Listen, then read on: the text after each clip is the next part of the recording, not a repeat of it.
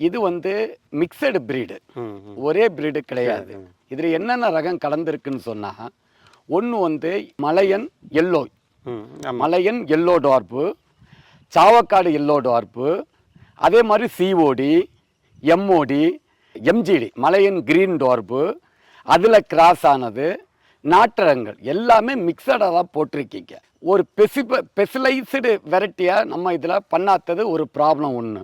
ரெண்டாவது மரம் பார்த்தேன்னு சொன்னா, இப்போ சார் வந்து ஒரு 12 வருஷம்னு சொல்கிறீங்க.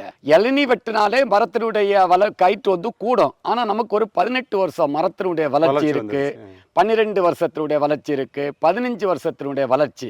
காரணம் ரகம் மாறும் போது கைட்டுல வேரியேஷன் வரும். அதனால சார் இனி தோட்டத்தை பண்ணும்போது ஒரே ரகமா, குட்டை போட்டால் குட்டையாக தான் போடணும், நெட்டை போட்டால் நெட்டையாக தான் போடணும், நெட்டை குட்டை குட்டை நெட்டை நெட்டை இதை கிராஸ் பண்ணி போடுறான். நமக்கு இதில் வந்து பண்ணதில் ஒரு பிரச்சனை.